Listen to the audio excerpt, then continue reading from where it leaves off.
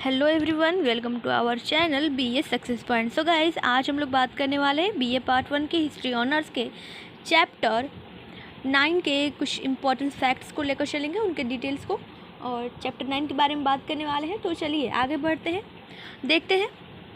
सो chapter का नाम जो है वो भारतीय, यूनानी और शक है, और इसी के साथ बढ़ते हैं आगे। चलिए, तो अनेक विद्वानों ने मौर्योत्तर काल, जो हम लोगों ने पिछला चैप्टर पढ़ाया है मैंने, तो उसमें जो मौर्य काल जो है वो है पिछला चैप्टर, और उसके आगे का काल जो है वो भारतीय, यूनानी और शक, यानी कि इनका राज्य किस तरह हमारे भारतवर्ष पर चला। तो आइए क्रमानुसार इनको देखते हैं।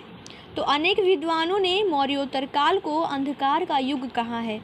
ठीक है, तो क्यों कहा है अंधकार का युग? तो स्रोतों की कमी रही है और दो साम्राज्यों के बीच जो है अवसान का काल रहा है, यानी कि मौर्य साम्राज्य जो है वो दो भागों में डिस्ट्रीब्यूट हो गया था, यानी कि पूर्वी और पश्चिमी। ठीक है, तो इस तरह से आप लोग याद कर सकते हैं। चलिए आगे बढ़ते हैं। पहली बार जो है मौर्योत्तर काल में लेख युक्त सिक्के प्राप्त होते हैं। इस काल में पूर्वी भारत, मध्य भारत और दक्कन में स्थानीय राजवंशों का उदय हुआ, जो इस प्रकार हैं। शुंग वंश, ठीक है, तो शुंग वंश, कण्व वंश और सातवाहन वंश। उत्तर पश्चिमी भारत में मध्य एशिया से कुछ विदेशी राजवंश आए हैं। हिंद यवन यानी इंडो ग्रीक, शक वंश और कुषाण वंश। ठीक है, तो शुंग वंश की बात करें तो इस वंश का संस्थापक पुष्यमित्र शुंग था, जो मौर्य वंश के अंतिम शासक बृहद्रथ की हत्या करके शुंग वंश की स्थापना की थी। तो हम लोगों ने शुंग वंश के बारे में डिटेल में बात तो कर ही ली है। चलिए आगे देखते हैं कण्व वंश को। तो कण्व वंश जो है, चलिए हम लोग जो है शुंग वंश के बारे में डिटेल में बात कर ली है, तो उसके लिए ऑब्जेक्टिव क्वेश्चन भी तैयार हो गया है, तो आप लोगों को वो भी जल्द से जल्द प्रोवाइड करा दिया जाएगा। कण्व वंश की बात करें तो कण्व वंश का संस्थापक वसुदेव था, और इस वंश का अंतिम शासक सुशर्मा था। तो कण्व वंश का संस्थापक कौन था? तो वसुदेव था, और अंतिम शासक था सुशर्मा। इसके अमात्य सिमुक ने इसकी हत्या करके कण्व वंश का अंत कर दिया। तो इसके अमात्य जो है सिमुक, इन्होंने इसकी हत्या करके कण्व वंश का अंत कर दिया। इसके बाद सातवाहन वंश स्थापना हुआ। तो सिमुक ने सातवाहन वंश की स्थापना की, और सातवाहनों का मूल क्षेत्र क्या रहा है? तो महाराष्ट्र था, और बाद में आंध्र प्रदेश में ये लोग बस गए। यहाँ के लोगों की सेवा करने के कारण इन्हें जो है आंध्र भृत्य कहा गया, आंध्र भृत्य कहा गया। ठीक है, तो सिमुक की मृत्यु के बाद जो है इसका छोटा भाई कृष्ण जो है या कान्हा शासक बना था। इसके बाद कृष्ण का पुत्र जो है सातकर्णी प्रथम जो है शासक बना था। तो सातवाहन वंश का कालक्रम किस तरह से आगे बढ़ता गया उसके बारे में हम लोग डिटेल में चर्चा करेंगे। तो सातकर्णी जो प्रथम जो है वो था सिमुक का छोटा भाई।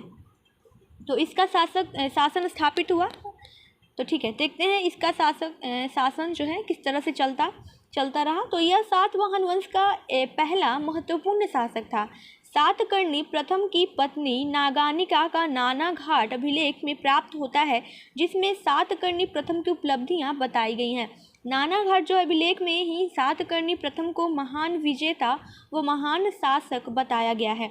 नाना घाट अभिलेख में उल्लेख मिलता है कि सातकर्णी ने इन यज्ञों के उपलक्ष्य में ब्राह्मणों को दृश्य दान के, यानी कि मुद्रा के साथ साथ भूमि दान भी दिया। तो यह भूमि दान का प्रथम अभिलेखीय प्रमाण है।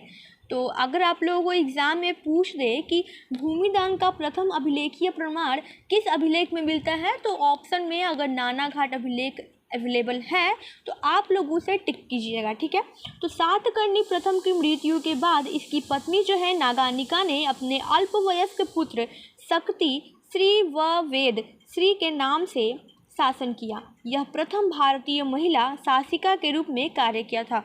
तो नागानिका ने प्रथम भारतीय महिला शासिका के रूप में कार्य किया।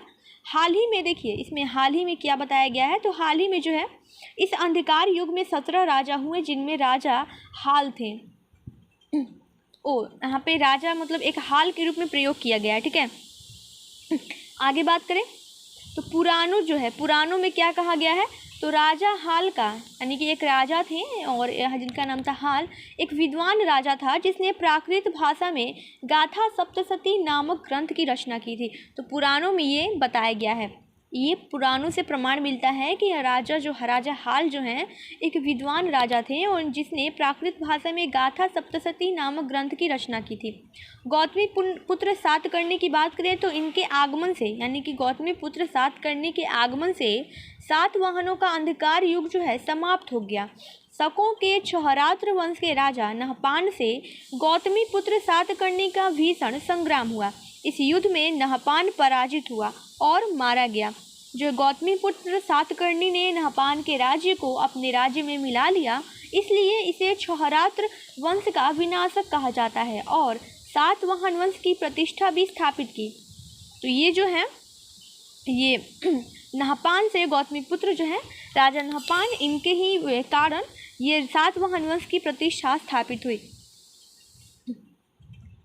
आगे देखते हैं बलश्री गौतमी जो है, तो इनका उल्लेख जो है वो नासिक अभिलेख में मिलता है और इसके विजयी घोड़ों ने तीनों समुद्रों का पानी पिया और इसकी विजयी पताका अपराजय है। यानी कि विजयी पताका यानी कि इनका जो है अपराजय, यानी कि कभी भी पराजय नहीं, यानी कि हमेशा गौतमी बलश्री जो हैं वो हमेशा विजय ही प्राप्त करते हैं। ठीक है, तो आगे बात करें वशिष्ठी पुत्र वशिष्ठी पुत्र पुलुमावी की, तो इसने जो है दक्षिणा पथेश्वर की उपाधि धारण की थी, यानी कि दक्षिणा पथेश्वर की उपाधि धारण की। और वशिष्ठी पुत्र पुलुमावी ने नवनगर नामक नगर बसाने के उपलक्ष्य में नवनगर स्वामी की उपाधि भी धारण की। इसने अमरावती से स्तूप का आकार वर्धन करवाया। ठीक है, यज्ञश्री सातकर्णी की बात करें तो यज्ञश्री सातकर्णी जो है सातवाहनों का अंतिम महत्वपूर्ण राजा था और जिसने शकों को पराजित किया और पुनः अपने पूर्वजों के राज्य को प्राप्त किया। तो ये थे पुलुमावी यज्ञश्री सातकर्णी। तो इस वंश का अंतिम शासक जो था, इस वंश का अंतिम शासक पुलुमावी चतुर्थ था। सातवाहनों की राजधानी प्रतिष्ठा थी जो इस समय व्यापार का केंद्र था। ठीक है, तो आगे बात करें सातवाहनों की तो सातवाहनों की राजधानी जो है प्रतिष्ठान थी जो इस समय व्यापार का केंद्र था। यानी प्रतिष्ठान जो है वो सातवाहन जो वंश जो है उसकी राजधानी प्रतिष्ठान थी और यही जो है व्यापार का केंद्र भी था। सातवाहनों द्वारा ब्राह्मणों और बौद्धों को भूमिदान दिया गया। यहीं से भूमिदान की प्रवृत्ति शुरू हुई और इससे सामंतवाद का जन्म माना जाता है। सातवाहन मातृसत्तात्मक वंश था। ठीक है, तो सातवाहन जो है मातृसत्तात्मक वंश था। आगे बात करें तो इस वंश की महिलाएं जो है पति के पद नाम को धारण करती थी। तो इस वंश यानी कि सातवाहन वंश की महिलाएं जो हैं ये क्या थे, सातवाहन ही था, सातवाहन। तो सातवाहन वंश की महिलाएं जो हैं वो पति के पद के नाम को धारण करती थी। सातवाहन वंश के शासकों द्वारा जारी किए गए सिक्के कौन कौन से हैं, तो चांदी के सिक्के, तांबा के सिक्के, पोटीन यानी घटिया चांदी के सिक्के को पोटीन कहा जाता था और सीसा जो है शीश के सिक्के को सीसा कहा जाता था। आगे बात करें हिंद यवन यानी कि हिंद यूनानी जो है वो किस तरह से भारत पर शासन स्थापित किए और उनका कालक्रम क्या रहा है, आइए देखते हैं। तो हिंद यवन जो है जिन्हें इंडो ग्रीक भी कहा जाता है, तो ये जो है मौर्योत्तर काल में यूनानी भारत में बैक्ट्रिया से आए थे, यानी कि हिंद कुश पर्वत के पश्चिम में से आए थे। यूथिडेमस वंश जो है, तो यूथिडेमस वंश जो है ये हिंद यूनानी के आने के क्रम में स्थापित हुआ था। तो यूथिडेमस वंश का संस्थापक जो है यूथिडेमस था, जो 212 ईसा पूर्व में बैक्ट्रिया का गवर्नर बना। ठीक है, यूथिडेमस की मृत्यु के बाद डेमेट्रियस बैक्ट्रिया का शासक बन गया। तो यूथिडेमस की मृत्यु के बाद जो है डेमेट्रियस जो है वो बैक्ट्रिया का शासक बन गया। तो आगे बात करें डेमेट्रियस के बारे में, तो डेमेट्रियस के कुछ इंपॉर्टेंस को लेकर चलते हैं। चलिए, तो इसका 2 ही टॉपिक्स दिया हुआ है। तो डेमेट्रियस जो बैक्ट्रिया का पहला संप्रभुता संपन्न शासक हुआ और मौर्योत्तर काल में जो है प्रथम यूनानी आक्रमण डेमेट्रियस के नेतृत्व में आया। ये जो हिंद यूनानी है जो इनके बारे में उतना डिटेल्स जानने की आप लोगों को ज़रूरत नहीं है, और बस 1-2 पॉइंट आप लोगों को याद रखना है कि वो लोग आखिर किस तरह के शासक थे, किस नंबर पे थे और किस वंश से संबंधित हैं। तो यानी कि हिंद यूनानी वंश के जो ये मतलब कैसे शासक थे, एक होता है ना कि संपन्न शासक या फिर विजयी शासक, ऐसे कुछ नाम दे देकर आप लोग अगर उसे क्लियर कर लें मिनांडर की बात करें तो मिनांडर जो है डेमेट्रियस का दामाद और सेनापति था। बौद्ध ग्रंथ जो है मिलिंदपन्नु से ज्ञात होता है कि मिनांडर की राजधानी जो है वो साकल थी। मिलिंदपन्नु ग्रंथ की रचना नागसेन ने की थी और मिनांडर जो है पहला यूनानी शासक था जो भारत में आकर बौद्ध धर्म ग्रहण किया था। आगे बात करें स्ट्रैटो प्रथम की, तो स्ट्रैटो प्रथम जो है वो मिनांडर की मृत्यु के बाद स्ट्रैटो प्रथम शासक बना। इसकी भी मुद्राएं जो है मथुरा से मिलती हैं। इस वंश का अंतिम ज्ञात शासक हिप्पोस्ट्रेटस था। ठीक है, तो एक यूक्रिटाइडिस वंश की बात करें तो यूक्रिटाइडिस वंश की एक खास बात है कि इसका चतुर्थ सेनापति यूक्रिटाइडिस ने बैक्ट्रिया में विरोध किया और इसने यूक्रिटाइडिस वंश की स्थापना की थी 167 ईसा पूर्व में। यूक्रिटाइडिस जो है इसकी मृत्यु के बाद इसका पुत्र हेराक्लिस जो है शासक बन गया। अब हेराक्लिस की बात करें तो हेराक्लिस के समय जो है बैक्ट्रिया पर शकों का आक्रमण हुआ और अंततः पराजित हो गया। कौन? हेराक्लिस। तो हेराक्लिस जो है भारत में यूक्रिटाइडिस वंश का सबसे महान शासक हुआ था। एंटियालिकिड्स की बात करें तो एंटियाकिड्स, ठीक है, एंटियाकिड्स कैसा नाम दिया गया है। तो इसने हेलियोडोरस को अपना राजदूत बनाकर भद्र के दरबार में भेजा जो भागवत धर्म का अनुयायी बन गया। इस वंश का अंतिम ज्ञात शासक हर्म्यून्स था। शक वंश की बात करें तो शक वंश जो है मध्य एशिया के जैकजार्टिश प्रदेश के निवासी थे। चीनी ग्रंथों में इन्हें सई नाम से संबोधित किया गया है। चीनी ग्रंथों से ज्ञात होता है कि मंगोलिया में दो खानाबदोश जातियाँ हुंगनू और यूची 176 ईसा पूर्व में आसपास संघर्षरत थे। शकों के भारत आने के दो मार्ग थे। एक था सिंधु नदी की घाटी यानी उत्तरी मार्ग और दूसरा था ईरान जो दक्षिणी मार्ग के नाम से जाना जाता था। आगे बात करें तक्षशिला के शक यानी कि तक्षशिला के शकों के बारे में, तो मोग या मावेज यह भारत में प्रथम शासक था जो भारत में प्रथम शक विजेता था। मोग या मावेज इसी अभिलेख यानी कि मोग अभिलेख से ज्ञात होता है कि मोग राजा ने मोग संवंत का प्रचलन किया था। क्षहरात्र वंश की बात करें तो इस वंश का पहला महत्वपूर्ण शासक भूमक था। इसकी केवल मुद्राएं ही प्राप्त होती हैं। ठीक है, इसकी मुद्राओं में इसे क्षत्रप की उपाधि से संबोधित किया गया है। इसके राज्य के अंतर्गत गुजरात, मालवा, महाराष्ट्र और सिंध थे। नहपान की बात करें तो इस वंश का सबसे महान शासक था। इसकी मुद्राओं में से महाक्षत्रप की उपाधि मिलती है। पेरिप्लस ऑफ द इरिथ्रियन सी ग्रंथ से उल्लेख मिलता है कि नहपान को जो यूनानी भाषा में मेम्ब्रेस के नाम से संबोधित किया गया है। यूनानी स्रोतों से ज्ञात होता है कि नहपान की जो राजधानी है मिन नगर थी। नहपान भारत का प्रथम शासक था, प्रथम राजा था जिसके सिक्कों में 3 लिपियों में लेख प्राप्त होते हैं, ब्राह्मी, खरोष्ठी और यूनानी। आगे कार्दमक वंश की बात करें तो कार्दमक वंश का संस्थापक जो है यशोमतिक था। यशोमतिक का पुत्र जो है चष्टन इस वंश का पहला महत्वपूर्ण शासक था, इसलिए इसे चष्टन वंश भी कहा जाता है। रुद्रदमन की बात करें तो रुद्रदमन जो है इस वंश का सबसे महान शासक था। यह कुछ समय तक अपने दादा चष्टन के साथ मिलकर शासन किया। इसी को द्वैय राज्य शासन प्रणाली कहते हैं।